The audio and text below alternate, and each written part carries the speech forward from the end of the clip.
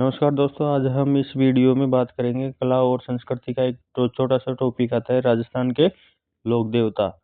तो अपन इस टॉपिक के अंदर देखेंगे कि अपने राजस्थान के अंदर ऐसे ऐसे लोक देवता हुए हैं कि जिन्होंने इस समाज के अंदर अपने जो छुआछूत भेदभाव गायों की रक्षा के लिए अपने जो प्राणों का क्या दे दिया था उन्होंने, बलिदान। तो लोक देवता का मीन्स मतलब होता है कि इसमें ऐसे महान व्यक्ति होते हैं जो कि इस समाज के अंदर अपनी जो सामाजिक सांप्रदायिकता होती है उसको बनाए रखने के लिए अपने प्राणों को क्या दे दिया था उन्होंने, बलिदान।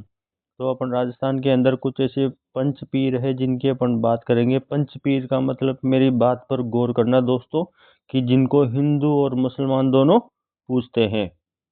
इसमें जो पहले एक नंबर पे आते हैं अपने, कौन आते हैं यहाँ पे? पाबू जी। कौन आते हैं? पाबू जी। फिर उसके बाद कौन आते हैं? हड़बू जी। फिर उसके बाद कौन आते हैं? रामदेव जी। फिर उसके बाद आते हैं अपने मांगलिया मेहा जी। पांचों पीर पधार जो गोगा जी जेहा। ये यहाँ पर लिखा है जेहा। ये भी अपने एक लोक देवता हुए। और फिर आगे बढ़ बात करते हैं कि यहाँ पर ये जो शब्द दिखाई दे रहा है इसको अपन कहते हैं कि पांचों का मतलब, इसमें यहाँ पे बताया गया है कि अपने कितने पंच पीर हुए? पांच।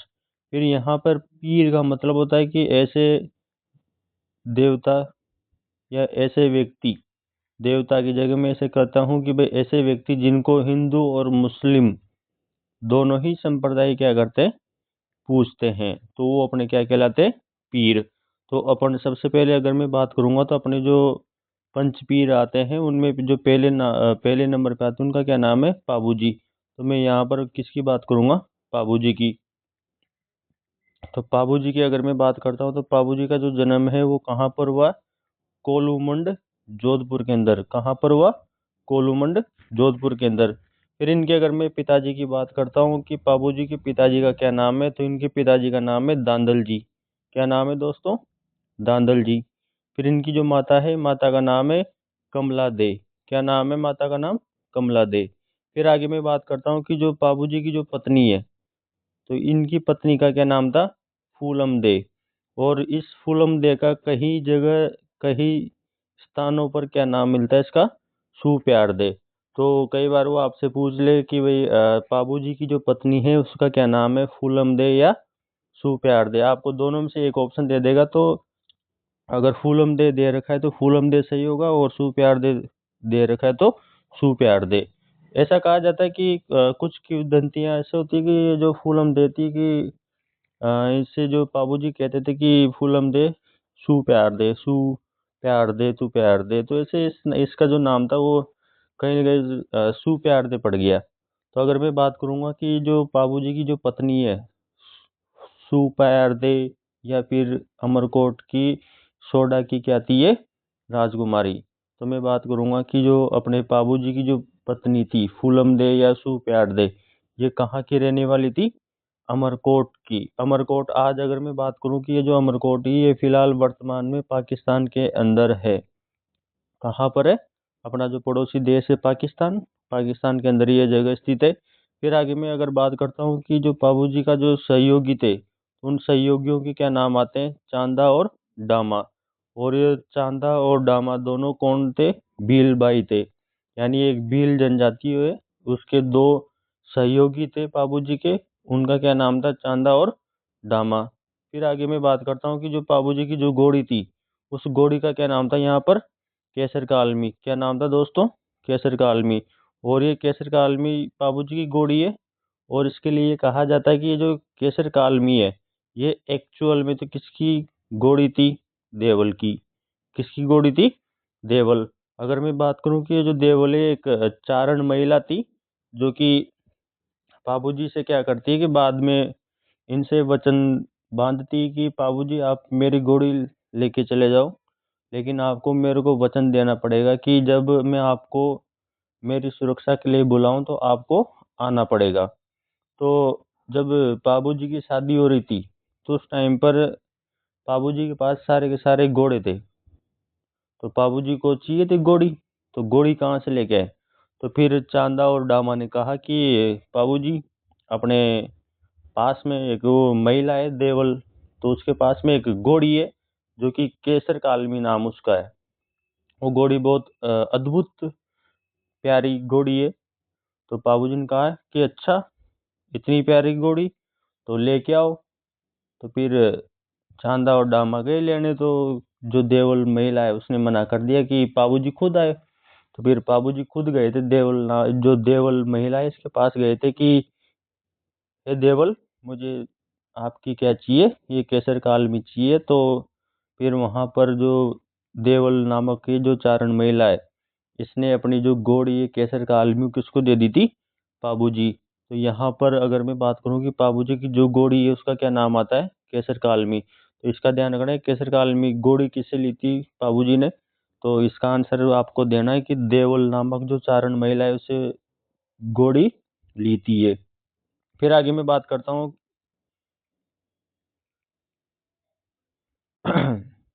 तो यहाँ पर जो बाबूजी का जो मेला आता है वो कब आता है आपका, चैत्र अमावस्या में।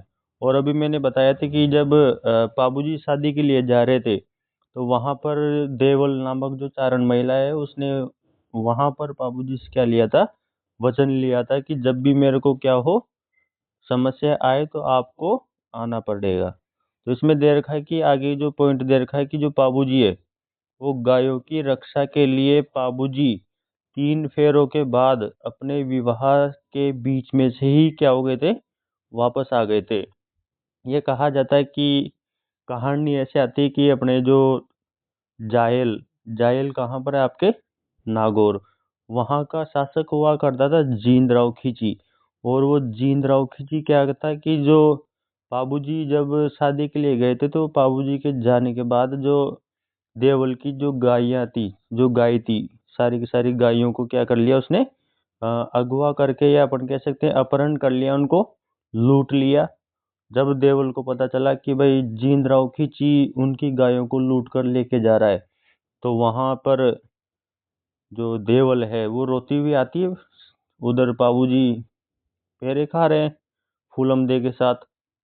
तो देवल वहां बीच फेरों में आ जाती है और जोर जोर से रोने लगती है कि हे बाबू, तूने कहा था कि भाई जब भी मुझे जरूरत होगी, मेरे ऊपर कोई समस्या आएगी तो तू मेरी सहायता करेगा।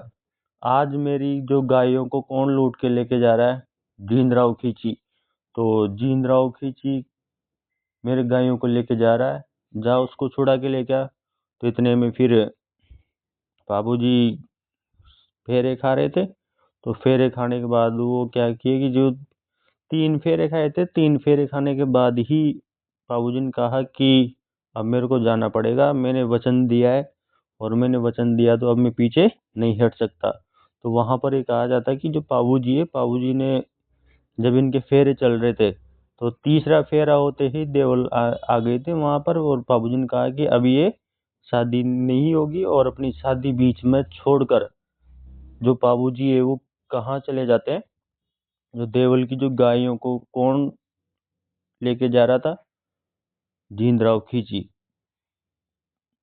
तो फिर आगे की लाइन तो किसमें दे रखा है आपको कि जो तथा देचू जोधपुर नामक गांव में जींदराव खींची, जो कि जायल कहाँ है, नागौर के अंदर, यहाँ का शासक था, उससे लड़ते हुए बाबूजी क्या हो गए, मारे गए।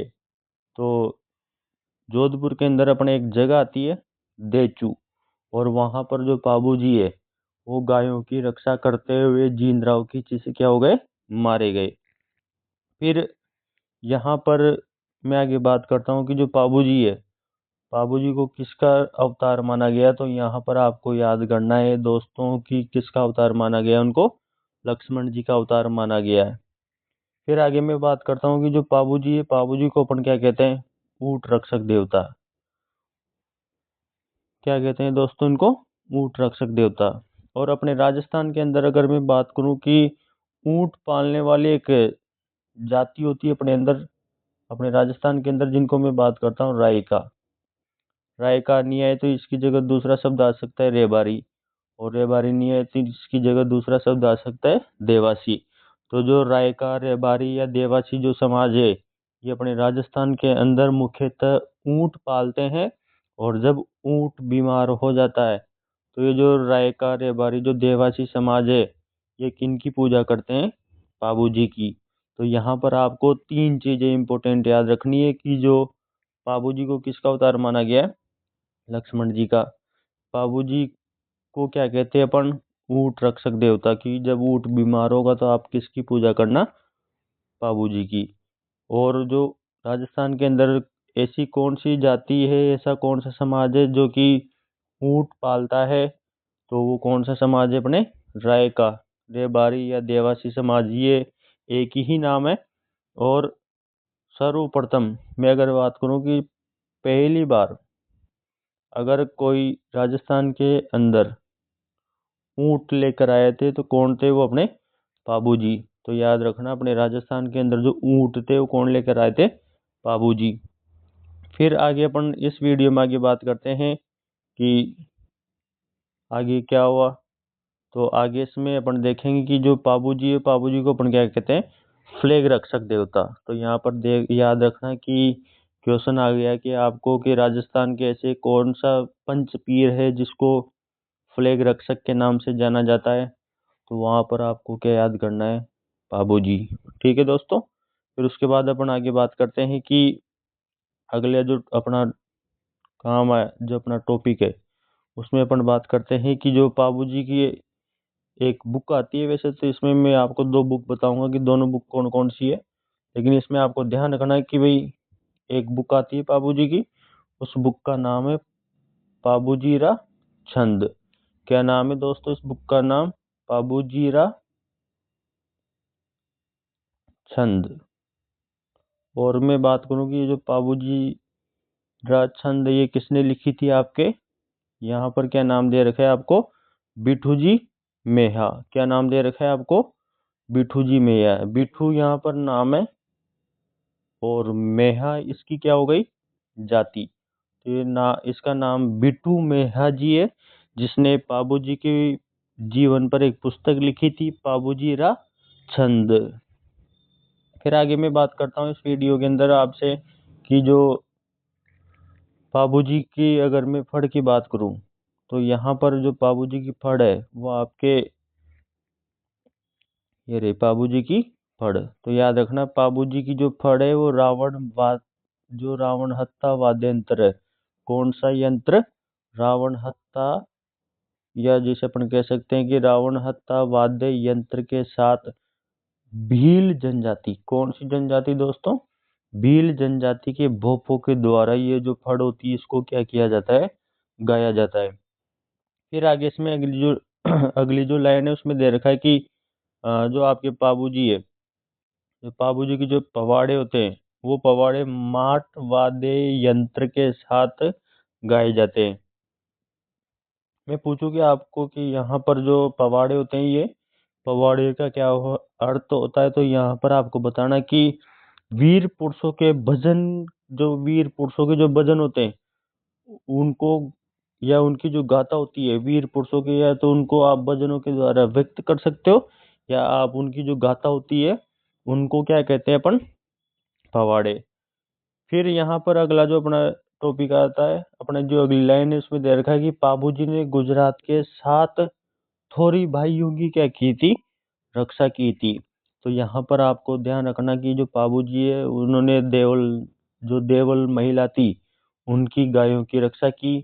इसके अलावा ऊंट बीमार होने पर पाबू जी की पूजा की जाती है रायका या देवासी समाज के द्वारा।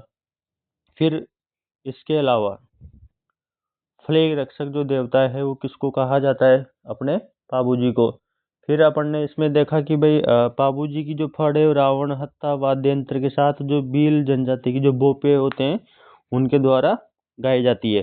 पाबू जी की जो पवाड़े होते हैं वो माट वाद्य यंत्र के साथ गाया जाता है। और मैं बात करूं कि यहाँ पर जो पवाड़े होते हैं उनका अर्थ क्या होता है, मीन्स, तो यहाँ पर वीर पुरुषों की जो गाथा होती है उनको अपन क्या कहते हैं? पवाड़े। फिर यहाँ पर अगर मैं बात करूं कि जो गुजरात के 7 थोरी भाई थे उनकी जो रक्षा थी वो किसने की थी? पाबू जी ने। फिर यहाँ पर इस लाइन पे थोड़ा गौर करना, यहाँ पे दे रखा है कि जो एक अपने लेखक है आसिया मोड़ जी। क्या नाम है इनका? आसिया मोड़ जी। और इनकी एक बुक आती है, उस बुक का क्या नाम है? पाबू प्रकाश। तो इस पाबू प्रकाश के अंदर भी आपको पाबू जी के क्या मिल जाएंगे, जीवन की लीलाएं। फिर अगला जो अपने लोक देवता आएंगे रामदेव जी। कौन से आएंगे, रामदेव जी। तो मैं रामदेव जी से पहले आपको एक बताना चाहता हूँ कि फड़ का मतलब क्या होता है। फड़ का मतलब होता है कि भाई जो भी लोक देवता है उनके जो जीवन का जो इतिहास रहा है, उनके जो युद्ध होते हैं, उनकी जो वीरता होती है, उनको ये क्या करते हैं कि भाई एक कपड़े के ऊपर उनके वो चित्रण कर दिया जाता है। उस कपड़े के ऊपर उनका चित्रण करने पर जो इनके बोपे होते हैं, भील जनजाति के बोपे, वो रावण हत्ता वाद्य यंत्र के साथ इनके जो गाथा होती है उनको क्या करते हैं, गाते हैं।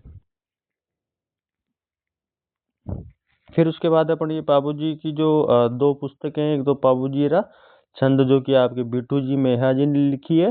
दूसरी जो बुक आती है वो आती है अपने पाबू प्रकाश, जो कि आपके जो लेखक है उसका क्या नाम है, आसिया मोड़ जी। फिर आगे मैं बात करता हूँ जो अपने अगले लोक देवता आएंगे। कौन से आएंगे अपने, रामदेव जी तंवर। कौन से लोक देवता है दोस्तों, रामदेव जी तंवर। तो रामदेव जी क्या थे, राजपूत। भाई तंवर कौन लगाते हैं, अपने राजपूत। तो मैं बात करूंगा यहाँ पर जो रामदेव जी उनका जो जन्म स्थान है वो अपने कहाँ पे, वे उड़ू कश्मीर। कहाँ पे, उड़ू कश्मीर। और उड़ू कश्मीर कहाँ पे, आपके बाड़मेर। फिर मैं यहाँ पे इनके पिता की बात करूंगा। तो जो इनके पिताजी उनका क्या नाम है, अजमाल जी तंवर।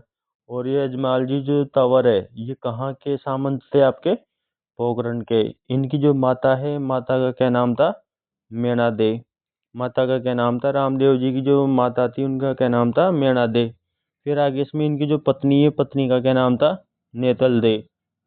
और ये नेतल दे और जो पाबू जी की जो पत्नी है सुप्यार दे, जो केलम दे है, वो दोनों की दोनों कहाँ की रहने वाली थी, अमरकोट के राजकुमारियां थी, दोनों की दोनों।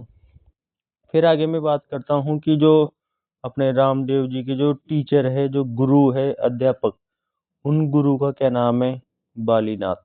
यहाँ पर क्वेश्चन पूछता है कि भाई रामदेव जी के जो गुरु है उनका क्या नाम है। तो आपको यहाँ पर उनके गुरु का नाम याद रखना है। और गुरु का क्या नाम आ जाएगा आपके यहाँ पर, बालीनाथ। और ये जो बालीनाथ जी का जो मंदिर है वो मंदिर कहाँ पर बना है, आपके मसूरिया की पहाड़ी। और ये मसूरिया पहाड़ी कहाँ पर स्थित है दोस्तों, आपके जोधपुर के अंदर। ठीक है दोस्तों। फिर उसके बाद अब मैं आगे बात करता हूँ कि जो रामदेव जी के जो घोड़ा होता है, वो घोड़ा उसको क्या कहते हैं, लीलो। अब उस रामदेव जी के घोड़े को लीलो क्यों कहते हैं, क्योंकि अपने मारवाड़ के अंदर जो हरा कलर होता है, उस हरे को अपन मारवाड़ी के अंदर क्या कहते हैं, लीलो। तो जहाँ यहाँ पर अगर वो पूछ ले कि लीलो क्या होता है, भाई ये तो अपने क्षेत्रीय भाषा होती है, लोकल लैंग्वेज होती है। और ये अपने हर शब्द में अलग अलग वर्णन मिलता है भाई। फिर आगे मैं बात करता हूँ कि जो रामदेव जी के अपने जो जागरण होते हैं, कौन, जागरण। तो मैं जागरणों की बात करता हूँ कि इसमें आगे देखना। तो जो रामदेव जी के जो जागरण होते हैं उन जागरण को अपन क्या कहते हैं दोस्तों, जम्मो। क्या कहते हैं, जम्मो। फिर यहाँ पर मैं आगे बात करता हूँ कि रामदेव जी की जो भक्त होते हैं वो भक्त होते हैं मेघवाल जाति के लोग। कौन सी जाति के लोग भक्त होते हैं, मेघवाल। और जो मेघवाल भक्त होते हैं ना इनके, उन मेघवाल भक्तों को अपन क्या कहते हैं, रिकिया।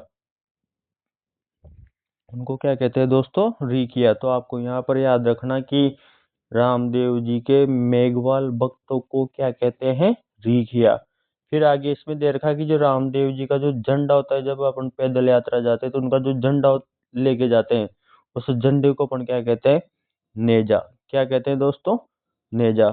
फिर आगे इसमें दे रखा है कि रामदेव जी को विष्णु या कृष्ण भगवान का क्या माना गया है, अवतार। तो यहाँ पर ध्यान रखना आपको कि रामदेव जी को किसका अवतार माना गया है दोस्तों, विष्णु या कृष्ण भगवान का। फिर आ गया था कि जो रामदेव जी ने देवताओं के जो चमत्कार से क्या देना शुरू कर दिए थे, पर्चे। और इन इसलिए इनकी जो पर्चा बावड़ी है, तो याद रखना कि पर्चा बावड़ी कहाँ पर है, आपके रामदेवरा। कहाँ पर है दोस्तों, रामदेवरा। फिर आ गया था इसमें मैं छोटा सी एक बात बताना चाहता हूँ कि जो अपने रामदेव जी है, कौन से लोग देवता है अपने? रामदेव जी। इन रामदेव जी को अगर मैं बात करूं तो यहाँ पर इनको पीरों का पीर भी कहा गया है। तो याद रहेगा कि अपने राजस्थान के ऐसे कौन से लोक देवता है जो पंच पीर भी है और उनको पीरों का पीर कहा गया है। तो अपन कह सकते हैं वो कौन है? अपने रामदेव जी। कहते हैं ना, वो एक सॉन्ग आता है अपने राजस्थान के अंदर, जब हम छोटे तो सुना करते थे, उसमें आता था राम सा पीर। तो इसमें राम सा पीर यानी रामदेव जी को ही क्या कहा गया है? पीरों का पीर। फिर आगे आइए दोस्तों, अपन आगे बात करते हैं कि जो, तो इसमें आगे वाली जो लाइन है इसमें वही दे रखी है अपने, ये रही अपनी आगे वाली लाइन। इसमें दे रखा है कि जो रामदेव जी को पीरों का पीर कहा जाता है, और जो इनके लोक संगीत होते हैं, जो लोक गीत होते हैं, वो होते हैं नेतलरा बरतार। तो मैं इसमें इधर लिख देता हूँ कि जो रामदेव जी के लोक गीत यानी रामदेव जी का जो लोक गीत कौन सा है? तो मैं इसका जो आंसर है, मैं आंसर लिखता हूँ इधर, नेतल रा बरतार। कौन सा है? नेतलरा बरतार। फिर तो इसमें देख लेना, ये यहाँ पे लिखा हुआ है नेतलरा बरतार। फिर उसके बाद में दोस्तों आगे इसमें आगे बात करता हूँ कि भाई जो अपने, ये अपन ने रामदेव जी पढ़ लिया, अब रामदेव जी के बारे में और पढ़ लेते थोड़ा। फिर आगे दे रखा है इसमें कि अपने जो रामदेव जी है, तो रामदेव जी ने क्या किया था कि एक पुस्तक लिखी थी, और उस पुस्तक का क्या नाम है? अपने 24 बाणियां। तो याद रखना दोस्तों कि अपने जो रामदेव जी के द्वारा कौन सी पुस्तक लिखी गई थी? 24 बाणियां।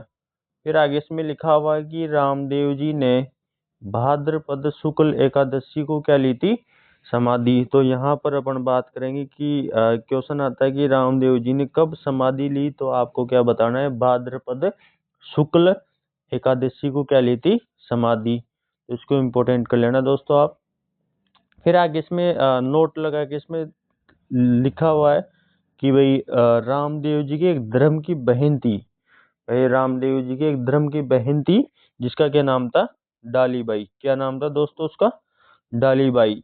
और ये जो डालीबाई मेघवाल जाति की थी, और आपको भी मैंने बताया था, पीछे वीडियो को देखना, इसको ध्यान से देखना, जो समझ में नहीं आए आप इस वीडियो में कमेंट करके बता देना। तो जो रामदेव जी की धर्म की बहन थी डालीबाई, वो डालीबाई आपके मेघवाल जाति की थी। और मैंने अभी पीछे बताया था कि जो रामदेव जी के जो मेघवाल भक्त होते हैं, इनको अपन क्या कहते हैं? रीखिया।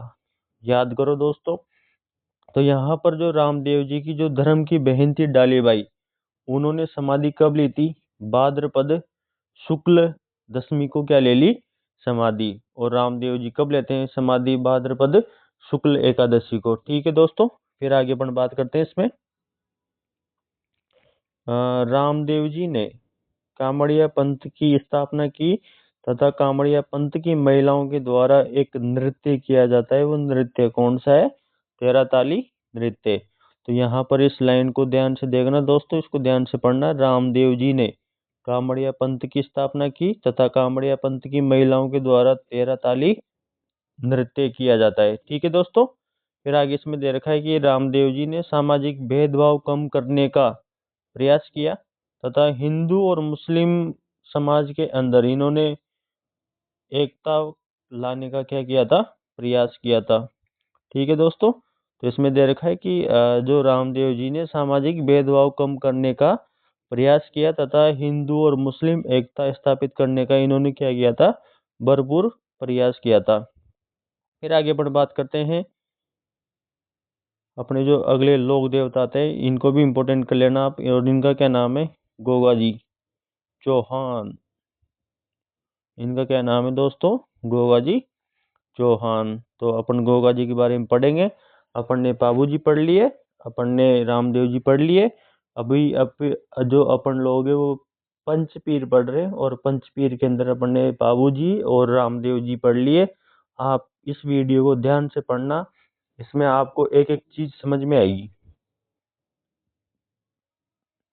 फिर आगे मैं बात करता हूँ कि इसमें जो गोगाजी चौहान, इनका नाम याद रखना कि गोगाजी चौहान, और इनका जो जन्म स्थान है वो कहाँ पे आता है, ददरेवा चूरू के अंदर। एक जगह पड़ती है चूरू के अंदर जहाँ पर गोगा जी का क्या आता है, जन्म स्थान, और उस जगह का क्या नाम है, ददरेवा। फिर गोगा जी की जो पापा है, पिताजी, उनका क्या नाम आता है, जयवर सिंह। माता का नाम आता है बाछल दे, क्या नाम आता है, बाछल दे। और इनकी जो पत्नी है, पत्नी का क्या नाम आता है, केलम दे। क्या नाम आता है दोस्तों इसकी पत्नी का, केलम दे। जो गोगा जी की जो पत्नी है, इनकी पत्नी का क्या नाम आता है दोस्तों, केलम दे। फिर आगे दे रखा है कि जो गोगा जी ने महमूद गजनवी के खिलाफ क्या किया, युद्ध किया था। क्या किया था, गोगा जी ने महमूद गजनवी के साथ युद्ध किया था, और उस युद्ध के अंदर गोगा जी लड़ते हुए क्या हो गए थे, मारे गए थे, शहीद हो गए थे। इसलिए फिर जो मोहम्मद गजनवी है, उस मोहम्मद गजनवी ने गोगा जी को एक नाम से बुलाया था। उस नाम का क्या नाम है, जाहिर पीर। और जाहिर का मतलब होता है मुस्लिम के अंदर की, ये अपने अपने जो साक्षात पीर है, मतलब साक्षात ये एक तरह से पीर है।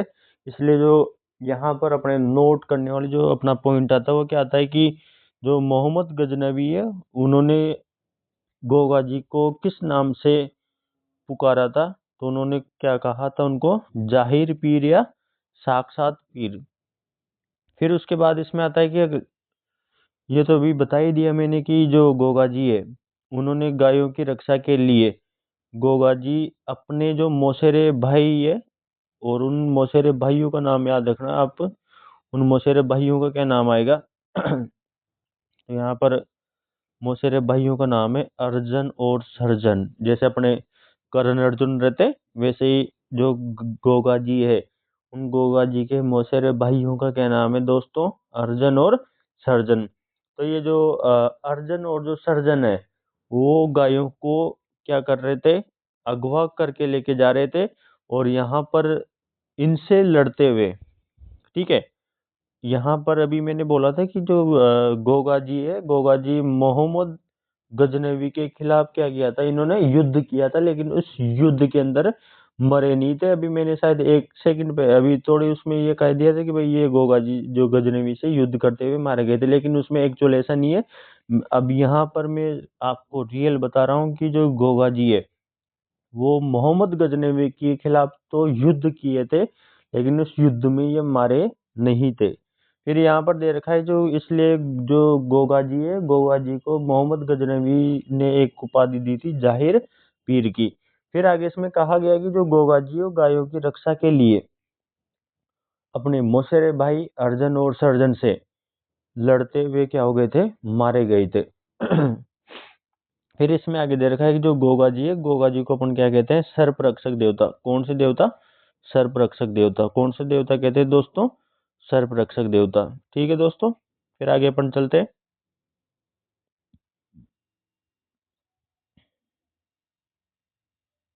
तो यहाँ पर अपने जो गोगा जी के जो टीचर है, जो गुरु जी है, उनका क्या नाम आता है, गोरखनाथ। क्या नाम आता है इनका, गोरखनाथ। तो आप इसको नोट कर लेना कि जो गोगा जी है, गोगा जी के गुरु का क्या नाम है, गोरखनाथ। फिर आगे मैं आपसे बात करता हूँ कि इनके जो गोगा जी की जो मुख्य मंदिर है वो कहाँ कहाँ है। तो गोगा जी की जो मुख्य मंदिर है, तो पहला जो मंदिर आता है वो आपके आता है ददरेवा। और ददरेवा के अंदर इनके जो शीर्ष मेढ़ी, शीर्ष मेढ़ी का मतलब कि जब ये अपने मौसेरे भाई अर्जुन और सर्जन से लड़ाई कर रहे थे, इनकी जो गर्दन थी, जो शीर्ष था, इनका जो सिर था, वो चूरू के अंदर एक जगह पड़ती है ददरेवा, और वहां पर इनका सिर गिरा था, जिसके कारण इनका जो मंदिर है वो चूरू के अंदर बनाया गया है, ददरेवा में। और ददरेवा के अंदर उस मंदिर का क्या नाम है, शीर्ष मेढ़ी। फिर दूसरा जो मंदिर आता है गोगा जी का, जहां पर जो गोगा जी का जो धुर था, और अपने ये धुर, अभी ये वर्तमान में इसको धुर कहते हैं, लेकिन यहाँ पर जो गोगा जी है, गोगा जी का क्या गिरा था, धड़। और इस धड़ को बोलते बोलते धीरे धीरे इसको धुर बोलने लग गए। भाई वो बोली है, शब्दों का बदलता रहता है बोलचाल। तो एक टाइम पे इसको अपन धड़ बोलते थे, लेकिन धड़ को बोलते बोलते अब इसको क्या बोलने लग गए, दुर्मेड़ी। तो मैं बात करूं कि जो गोगा जी का जो सिर था वो कहाँ पे गिरा था, ददरेवा चूरू के अंदर। और इनका जो शरीर था, जो इनका धड़ था, वो कहाँ पे गिरा था, गोगा मेड़ी। और गोगा मेड़ी कहाँ पर बनी हुई है दोस्तों, आपके हनुमानगढ़ के अंदर। तो आपको गोगा जी के मंदिर याद रखना। एक मंदिर ददरेवा चूरू के अंदर है जहां पर इनकी शीर्ष मेड़ी बनी हुई है। दूसरा जो मंदिर है वो आपके गोगा मेड़ी हनुमानगढ़ के अंदर है जहां पर इनकी क्या बनी हुई है, दुर्मेड़ी। क्या बनी हुई है दोस्तों, दुर्मेड़ी। फिर आगे मैं बात करता हूँ इस वीडियो के अंदर कि अपने खिलेरियों की जो ढाणी है, ठीक है, खिलेरियों की जो ढाणी है मतलब कि जो यहाँ पर गोगा जी की एक एक जगह है, खिलेरियों की ढाणी। और यहाँ पर गोगा जी की क्या बनी हुई है, ओल्डी। ओल्डी का मतलब अपने जो गाँव के अंदर पहले होते थे छोटा सा एक कमरा होता था। तो यहाँ पर जो खिलेरियों की ढाणी के अंदर गोगा जी की क्या, जो गोगा जी है उनकी क्या बनी हुई है, ओल्डी। और ये कहाँ पर स्थित है, आपके जालोर के अंदर एक जगह पड़ती है, सांचौर। क्या नाम है, सांचौर। तो इस लाइन को ध्यान से देखना। खिलेरियों की ढाणी जहां पर गोगा जी की ओल्डी बनी हुई है, ये सांचौर जालौर के अंदर स्थित है। फिर आगे मैं बात करूंगा कि जो ये गोगा मेड़ी जो मंदिर है, जो आपके हनुमानगढ़ के अंदर बना हुआ है, धुरमेड़ी वाला, यहाँ पर ये जो मंदिर है, ये इसका जो डिजाइन है, मैं अगर इसके डिजाइन की बात करूंगा तो इसका जो डिजाइन है ये मकबरे की तरह बना हुआ है। इन जो मुस्लिमों के अंदर जो मस्जिदें होती है उनमें जैसे वो मकबरे निकले होते हैं, वैसे ही इसका जो मंदिर है गोगा मेड़ी का, जो गोगा मेड़ी हनुमानगढ़ के अंदर दुर्मेड़ी गोगा जी की बनी हुई है, वहां पर उस मंदिर का जो आकार है, जो डिजाइन है, वो कैसा है, मकबरे की तरह। और उसके जो बाहर है, वो बाहर क्या लिखा हुआ है, बिस्मिल्लाह शब्द। क्या लिखा हुआ है, बिस्मिल्लाह शब्द। तो इसको थोड़ा याद कर लेना कि जो अपने गोगा मेड़ी हनुमानगढ़ के अंदर गोगा जी का जो मंदिर है वो मकबरे की तरह बना हुआ है, और इनके मंदिर के बाहर क्या लिखा हुआ है, बिस्मिल्लाह शब्द। तो क्वेश्चन ऐसा आ सकता है कि ऐसे एक लोक देवता जिनके मंदिर के बाहर बिस्मिल्लाह लिखा हुआ है तथा उनका जो मंदिर है वो मकबरे की तरह बना हुआ है, तो वो कौन है, अपने गोगा जी। कौन है, गोगा जी। और एक बात याद रखना कि जो गोगा जी के ये जो मंदिर है, ये तो आज के अब बने हैं, वरना पहले इनके मंदिर होते थे, लेकिन इनके पक्के मंदिर नहीं होते थे। इनके लिए कहा जाता था कि जहां पर खेजड़ी के वृक्ष लगे हो ना, वहां पर आप क्या मान सकते हो, गोगा जी को मान सकते हो। और आपने पढ़ा होगा कि अपने जो खेजड़ी है वो राजस्थान का राज्य वृक्ष है। और अपने राजस्थान के अंदर जो मारवाड़ क्षेत्र है वहां पर अब हरियाली तो होगी नहीं। तो हरियाली नहीं होगी तो भाई इनके मंदिर भी बहुत कम होंगे। तो इनके जो पक्के मंदिर थे वो तो अब बनने लग गए, वरना पहले उस जमाने में जहां पर खेजड़ी होती थी वहीं पर ही क्या रखते थे, अपने मंदिर बना लेते थे। वैसे अपने राजस्थान के अंदर ये कहा जाता है, कहावत कहावत आती है कि जड़ जड़ गोगो वड वड खेजड़ी। ठीक है, ऐसे भी आता है कि जड़ जड़ खेजड़ी वड वड गोगो। यानी जहां जहां खेजड़ी के वृक्ष लगे हैं वहां वहां कौन विराजमान है, अपने गोगा जी। ठीक है दोस्तों, तो याद रखना ये अपने एक कहावत आती है कि जड़ जड़ खेजड़ी वुड वुड कौन, गोगो। तो याद रखना दोस्तों, ठीक है। फिर आगे मैं बात करता हूँ इसमें कि अपने जो अगले लोक देवता थे उनका क्या नाम है, हड़बू जी। क्या नाम है दोस्तों उनका, हड़बू जी। हड़बू जी के बारे में पढ़ते हैं अपन। आओ दोस्तों, तो हड़बू जी सांकला, इनका जो पूरा नाम है वो क्या है, हड़बू जी सांकला। क्या नाम है दोस्तों इनके, हड़बू जी सांकला। फिर यहाँ पर ये कहा जाता है कि ये जो हड़बू जी सांकला थे, ये रामदेव जी के मौसेरे भाई थे। और ये एक अच्छे ज्योतिषी भविष्य वक्ता थे, यानी ये भविष्य बताते थे, एक एस्ट्रोलॉजर थे। और इनका जो इन्होंने किसका भविष्य देखा था हड़बुजी सांकला ने, तो अपने मारवाड़ के अंदर एक शासक हुआ था राव जोधा। जब ये राव जोधा मंडोर जीतने का प्रयास कर रहा था तो उस टाइम पे हड़बुजी सांकला ने राव जोधा को आशीर्वाद दिया था। और वो आशीर्वाद कौन सा था? मंडोर जीतने का आशीर्वाद दिया तथा उनको क्या भेंट दी? कटार। फिर उसके बाद ये कहा जाता है कि जब राव जोधा मंडोर जीत जाता है तो ये हड़बुजी सांकला के पास वापस आता है। और मंडोर जीतने के बाद राव जोधा ने हड़बुजी को जोधपुर के अंदर एक गांव पड़ता है वेंगटी, जोधपुर नामक गांव क्या दिया था इनको? दान दिया था। और ये कहा जाता है कि यहाँ पर जो हड़बुजी है, ये हड़बुजी यहाँ पर गायों की क्या करते थे? सेवा करते थे।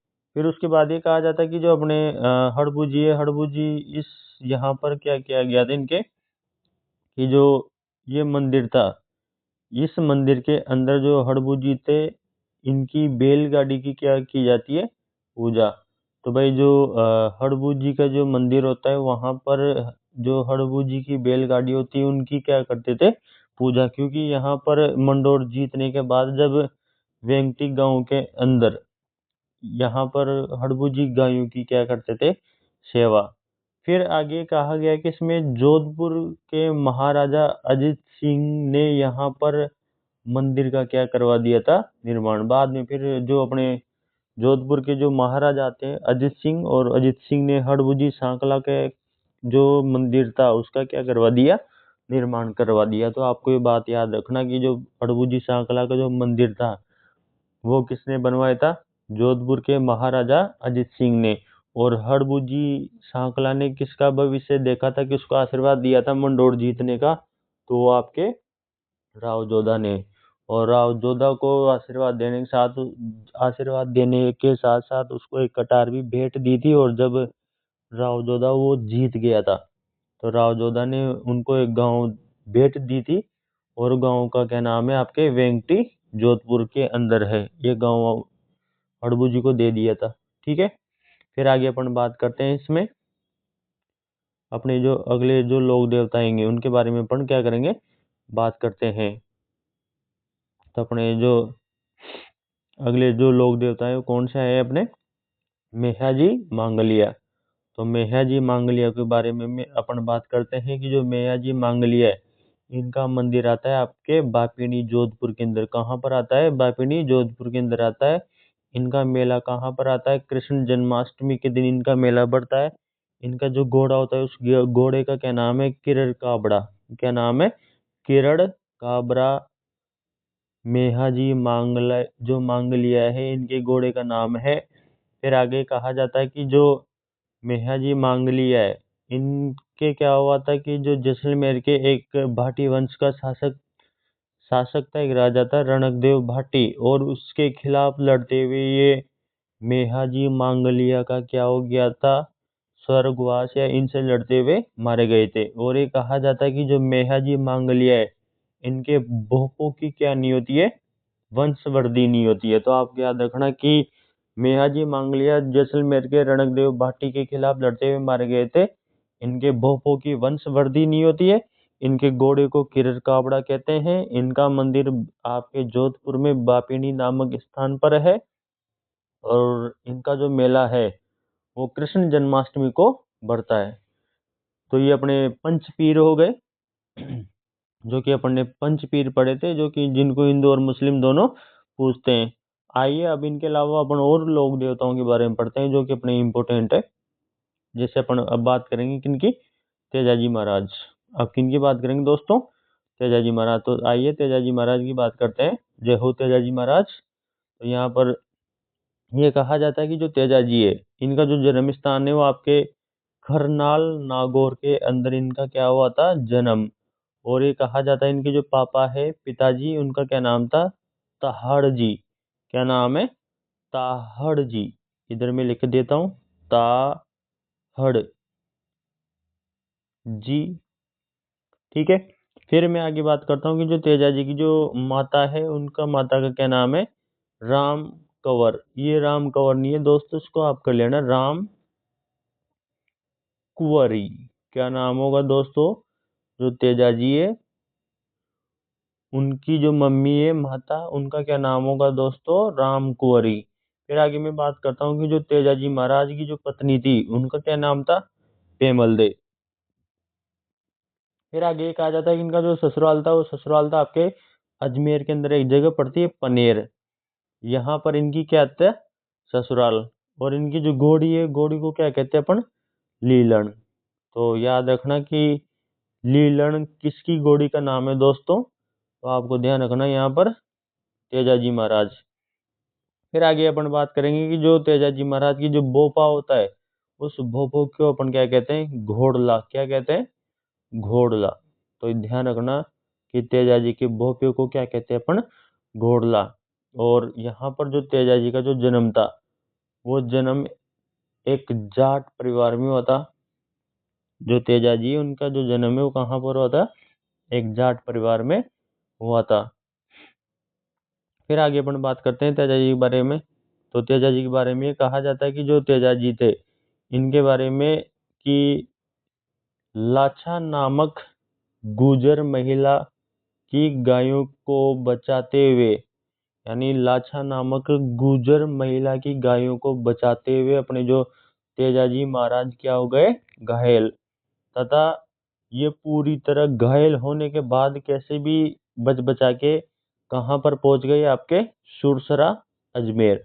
और सुरसरा अजमेर के अंदर जब ये देखा नहीं, और इन्होंने क्या किया, कोई सांप मर गया था उसके ऊपर इन्होंने कोई पैर रख दिया तो सांप एकदम से वो जल रहा था, तो इनको दया आ गई कि ये छोटा सा जीव जल रहा है, तो इन्होंने उस सांप को निकाल लिया। और सांप को निकालने के बाद सांप ने कहा कि तूने मेरे को कैसे निकाला? तो सांप ने कहा, इन्होंने कहा कि मैं दया कर तेरे ऊपर। तो इसने सांप ने कहा कि अब मैं मारूंगा, मैं तुझे मारूंगा। तो सांप ने कहा कि तेजाजी को कोई दिक्कत नहीं, मैं वचनों में बंधा हुआ हूँ और मैं एक बार जो अपने हमारे लाछा गुजरी है उसकी गायों को बचा के ले आता हूँ और मैं वापस अपने पास आऊंगा। तो यहाँ पर जो अपने ये तेजाजी महाराज है ये लाछा नामक गुजर महिला की गायों को बचाकर वापस कहाँ पर पहुंच जाते हैं? अपने सुरसरा अजमेर। और यहाँ पर वो सांप आते हैं और उस सांप को क्या कहते हैं कि अब आप मुझे डस लो। तो सांप कहता है कि यार मैं कैसे डसूं, आपके तो पूरे हर जगह घाव घाव है। तो इन्होंने जीभ निकाली और वो जो सांप है उन्होंने इनकी जीभ पर डंक वो मारा, डसा, जिसके कारण तेजाजी महाराज की क्या हो गई? मौत हो गई। तो आज भी देखा होगा अपने जो तेजाजी महाराज होते हैं उनकी जो फोटो होती है उनमें वो सांप को पकड़े रहते हैं और उनकी जीभ बाहर निकली रहती है और वो सांप उनकी जीभ पर डसता है।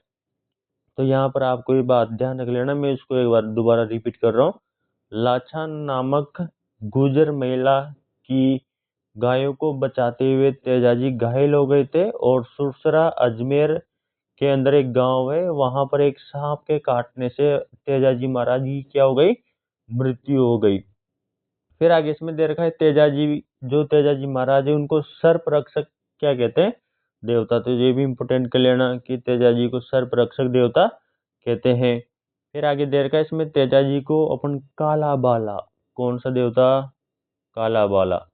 तो ध्यान रखना तेजाजी को अपन काला बाला का देवता भी कहते हैं। तो ध्यान रहेगा दोस्तों आपको। तो ये आपके यहाँ पे नोट लगा के लिख लेना है इसको, तो कि बूंदी में तेजाजी का जो पवित्र स्थल होता है वो कहाँ पर है? आपके बासी दुगारी। ये दोनों अलग अलग गांव है लेकिन यहाँ पर इसको मिला के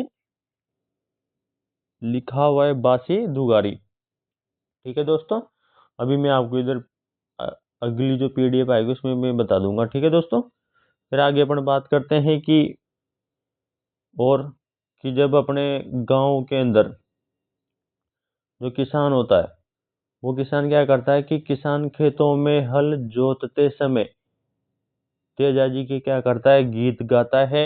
और फिर जो तेजाजी की जो मंदिर है वो आपके एक तो है सेंदरिया, एक भावता, एक सुरसरा, जहां पर तेजाजी महाराज को सांप डसने के कारण इनकी क्या हो गई थी? मृत्यु हो गई थी। और ये सेंदरिया, भावता, सुरसरा ये आपके कहाँ पर है दोस्तों? अजमेर के अंदर है। तीन मंदिर हो गए। तीन मंदिर तो आपके अजमेर के अंदर है, सेंदरिया, भावता और सुरसरा। फिर अगला जो मंदिर आता है वो आता है आपके बासी दुआरी, और यहाँ पर जो तेजाजी महाराज का एक पवित्र तीर्थ स्थल बना हुआ है जो कि आपके बूंदी के अंदर है। ये बासी दुआरी आपके अलग अलग गांव है, लेकिन यहाँ इसको किताबों में एक ही नाम लिखा गया है। फिर आगे मैं बात करता हूँ इसमें पर्वतसर नागौर, और ये पर्वतसर नागौर के अंदर जोधपुर के जो महाराजा है अभय सिंह, इनके समय में यहाँ पर मंदिर का क्या किया गया था, निर्माण। तो याद रखना कि पर्वतसर नागौर के अंदर जोधपुर के महाराजा अभय सिंह के समय यहाँ पर मंदिर का क्या करवाया गया था, निर्माण। ठीक है दोस्तों, आगे अपन बात करते हैं इसमें कि 2010 के अंदर तेजाजी पर भी क्या जारी हो गया, डाक टिकट। तो ये ध्यान रखना कि तेजाजी के ऊपर जो डाक टिकट है वो कब जारी हुआ था, 2010 में। अपनी जब 2010 के अंदर सचिन पायलट जी सूचना प्रसारण मंत्री थे, तो उस टाइम पे इन्होंने जो अपने लोक देवता उनके ऊपर क्या जारी किया था, डाक टिकट। और फिर बाद में अपने जो तेजाजी की जो बहन है, उस बहन का नाम है भूंगरी माता, और भूंगरी माता का जो मंदिर है वो आपके कहाँ पर बना है दोस्तों, करनाल नागौर के अंदर। तो ध्यान रखना तेजाजी की बहन, और बहन का क्या नाम है, भूंगरी माता। तो याद रखना भूंगरी माता का जो मंदिर है वो करनाल नागौर के अंदर बना हुआ है। ये तेजाजी आपके पूरे कंप्लीट हो गए, तो आप इस वीडियो को ध्यान से देखना, तेजाजी के बारे में पढ़ना, एक एक बात को याद करने का प्रयास करना दोस्तों। अब उसके बाद में आगे आपको बताऊंगा देवनारायण जी भगवान। ठीक है, और देवनारायण जी के बारे में अपन पढ़ते हैं। तो जो देवनारायण जी भगवान है, इनका जो जन्म है वो हुआ था आपके कहाँ पर हुआ था दोस्तों, इनका जो जन्म था वो हुआ था आसिंद भीलवाड़ा के अंदर। इनके जो पिताजी है उनका नाम था सवाई भोज, इनकी माता का नाम था सेडू खटानी, जिसे अपन कहते हैं साडू माता। और इनकी जो पत्नी है, पत्नी का नाम था पीपल दे। क्या नाम था, पीपल दे। और इनका जो मेला आता है वो कब आता है दोस्तों, भाद्रपद शुक्ल सप्तमी को इनका जो देवनारायण जी भगवान है इनका मंदिर बढ़ता है। मंदिर के अंदर इनका मेला बढ़ता है भाद्रपद शुक्ल सप्तमी को। फिर आगे कहा गया कि जो भगवान देवनारायण जी भगवान है, इनका जो जन्म है वो बगड़ावत गुजर परिवार में, बगड़ावत गुजर परिवार में भगवान देवनारायण जी का क्या हुआ था, जन्म हुआ था। और ये कहा जाता है कि जो देवनारायण जी भगवान है वो विष्णु भगवान के क्या माने गए हैं, अवतार। तो यहाँ पर आप इस लाइन को ध्यान से देखना कि देवनारायण जी को विष्णु जी का अवतार माना गया है। ठीक है दोस्तों, फिर आगे मैं बात करता हूँ इसमें आगे कि अपने राजस्थान के अंदर हिंदी की एक लेखिका होती है, उस लेखिका का क्या नाम है, लक्ष्मी कुमारी चुंडावत। और लक्ष्मी कुमारी चुंडावत की एक बुक आती है बगड़ावत, और उसके अंदर आपके जो स्वयंभोज की क्या मिलती है, जानकारी। फिर आगे इसमें दे रखा है कि देवनारायण जी को विष्णु का अवतार माना गया, जो सभी मैंने पीछे बता दिया। तो यहाँ पर आगे अपनी जो अगली लाइन आती है इसमें कहा गया है कि देवनारायण जी को औषधि का क्या माना गया है, देवता। तो औषधि का जो देवता है वो किसको कहते हैं अपन, देवनारायण जी भगवान को। फिर ये कहा जाता है कि इनके मंदिर के अंदर नीम के पत्ते चढ़ाए जाते हैं, यानी इनका जो मंदिर होता है वहां पर नीम के पत्ते चढ़ाए जाते हैं। और भगवान देवनारायण जी के मंदिर में क्या नहीं होती है दोस्तों, मूर्ति नहीं होती है, बल्कि मंदिर में ईंटों की क्या की जाती है, पूजा की जाती है। लेकिन आजकल अब जहाँ पे भी देवनारायण जी के मंदिर है वहां पर लगभग अब मूर्तियों की पूजा होती है। लेकिन फिर भी अपन ये कहते हैं कि भाई जो देवनारायण जी भगवान है वहां पर इनके मंदिर में क्या नहीं होती है, मूर्ति नहीं होती है, ये ईंटों की क्या करते हैं पूजा। फिर आगे कहा जाता है, मैं आगे और बताऊंगा देवनारायण जी के बारे में कि अपने जो देवनारायण जी भगवान है उनके बारे में कहा जाता है कि इनकी जो फड़ होती है, ठीक है, वो फड़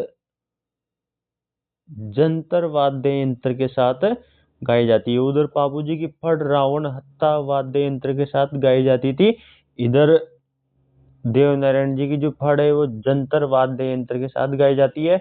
इसके अलावा इसमें जो देवनारायण जी की जो फड़ है, ध्यान से देखो आगे वाली लाइन, देवनारायण जी की फड़ सबसे क्या है, लंबी। तो याद रखना भाई, सबसे लंबी फड़ किसकी है, देवनारायण जी भगवान की।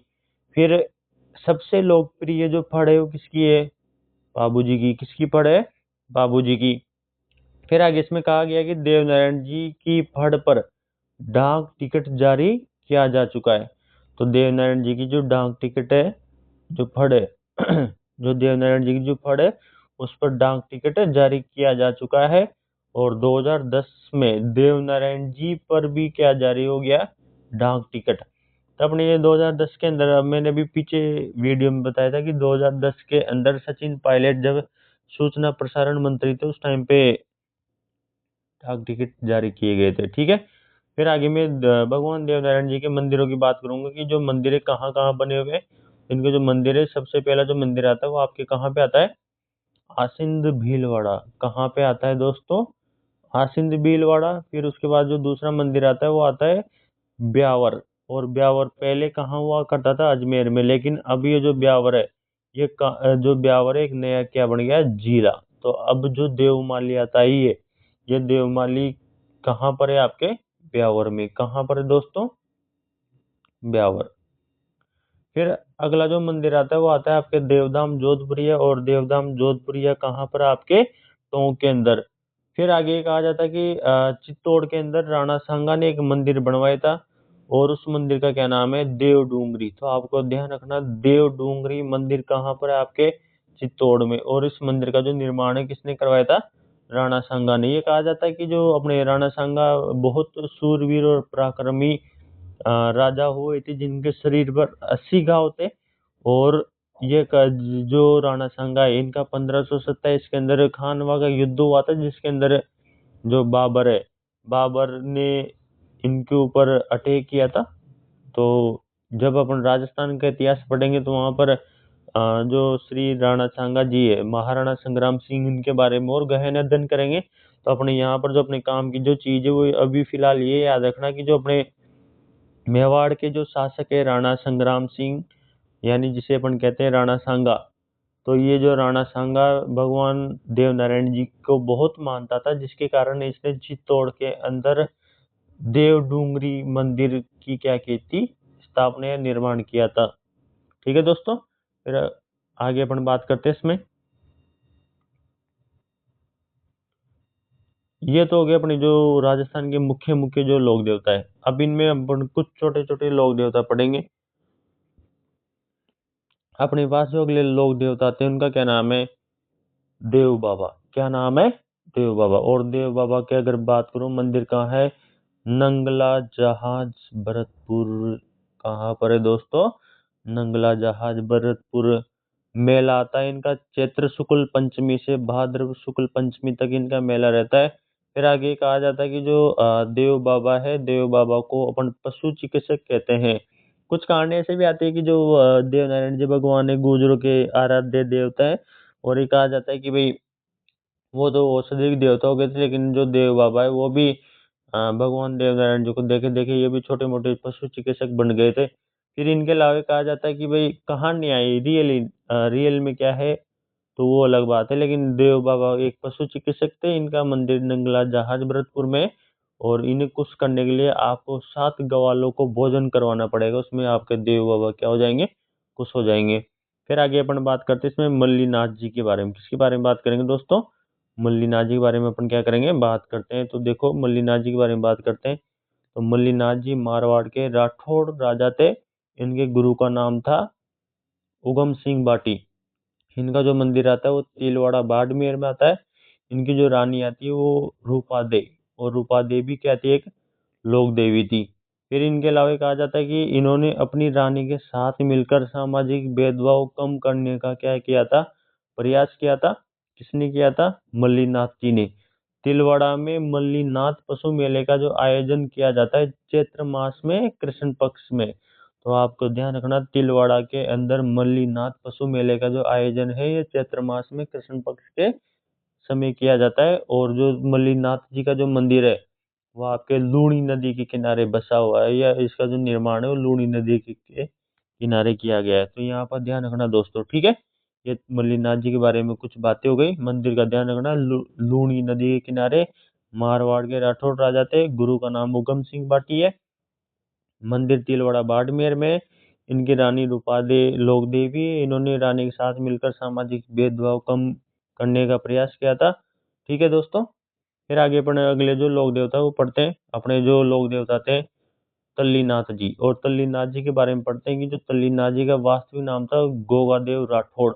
और ये गोगादेव राठौड़ राव चुंडा के छोटे भाई विरमदेव के क्या थे, पिता थे। और इनका जो राजा थे ये कहाँ के थे, शेरगढ़। और शेरगढ़ कहाँ है, जोधपुर के राजा थे। और इनके गुरु का नाम था जलंधर नाथ। तो मैं बात करूं कि तल्लीनाथ जी के जो गुरु थे उनके क्या नाम था, जलंधर नाथ। तल्लीनाथ जी के टीचर अध्यापक गुरु का क्या नाम था, जलंधर नाथ। और इनका जो मंदिर है वो कहाँ पे बना हुआ है, आपके पांचोटा जालोर के अंदर। तो याद रखना कि जो तल्लीनाथ जी का मंदिर है वो कहाँ पर बना हुआ है, पांचोटा जालोर के अंदर। ठीक है दोस्तों, फिर आगे अपन बात करते हैं इसमें। फिर इनकी जो भूमि होती है, इसलिए जो अपने ये तल्लीनाथ जी होते हैं इनको क्या कहते हैं अपन, ओरन का देवता कहते हैं। ओरन मीन्स क्या होता है कि मंदिर के आसपास की भूमि जिसका क्या नहीं किया जा सकता है, उपयोग। फिर आगे अपन बात करते हैं अपने जो अगले लोक देवता थे उनका क्या नाम है, बीगा जी। क्या नाम है दोस्तों, बीगा जी। और इनका जो मंदिर है वो कहाँ पे बना हुआ है, रीडी बीकानेर। और ये कहा जाता है जो जाखड़ है, जो जाट समाज है के एक समाज होती है जाटों में, जाखड़ समाज। और जो बीगा जी है वो जाखड़ समाज के क्या है, कुल देवता। गायों की रक्षा के लिए लड़ते हुए क्या हो गए थे, मारे गए थे। तो बीका जी के बारे में याद रखना है। तो इनका मंदिर कहाँ पर है, रीडी बीकानेर। जाखड़ समाज के कुल देवता थे, गायों की रक्षा के लिए क्या किए थे, लड़ते हुए मारे गए थे। फिर आगे अपन अगले लोक देवता पढ़ेंगे कौन से, खेतला जी। तो खेतला जी के बारे में कहा जाता है कि इनका जो मंदिर है वो सोनाणा। और सोनाणा कहाँ पे, आपके पाली के अंदर है। और इनका जो मेला है चैत्र शुक्ल एकम को भरा जाता है। और यहाँ पर हकलाने वाले बच्चों का क्या किया जाता है, इलाज किया जाता है। तो याद रखना कि हकलाने वाले बच्चों का जो इलाज है वो कहाँ पर किया जाता है दोस्तों, खेतला जी के पास। और इनका मंदिर सोनाणा पाली के अंदर बना हुआ है। और इनका मेला कब बढ़ता है, चैत्र शुक्ल एकम का। मंदिर, मेला और क्या कारण है वो बताना। तो मंदिर सोनाणा पाली, मंदिर की बात कर रहा हूँ, सोनाणा पाली। मेला चैत्र शुक्ल एकम। और अकलाने वाले बच्चों का क्या किया जाता है, इलाज किया जाता है। फिर अपने जो अगले लोक देवता थे कौन से आते हैं, झुंझाड़ जी। कौन से आते हैं, झुंझाड़ जी। तो झुंझाड़ जी के बारे में क्या कहा जाता है कि इनका जो जन्म स्थान है वो इमलोहा सीकर के अंदर किया जाता है। ठीक है, यानी जो झुंझाड़ जी का जो जन्म स्थान है वो कहाँ पर आता है, आपका इमलोहा सीकर के अंदर आता है। मुख्य मंदिर क्या है, श्यालोदड़ा सीकर। यानी इनका जो मुख्य मंदिर है वो कहाँ पर है, श्यालोदड़ा सीकर। तो ध्यान रखना इनका कि जन्म स्थान इमलोहा, मुख्य मंदिर कहाँ है, श्यालोदड़ा। और इनका जो मेला है वो रामनवमी के दिन बढ़ता है। और इनमें जो झुंझाड़ जी के जो मंदिर होते हैं वहां पर दूल्हा, दुल्हन और तीन भाइयों की मूर्ति की क्या करते हैं, पूजा करते हैं। तो आप ध्यान इस वीडियो को ध्यान से देखना दोस्तों। इसमें एक एक टॉपिक, एक एक लाइन को ध्यान से समझने का प्रयास करना। और समझ में नहीं आए तो आप नीचे वीडियो में कमेंट कर देना, मैं आपका उस कमेंट का जवाब दूंगा। और उसके अंदर आपको समस्या का समाधान भी बताऊंगा।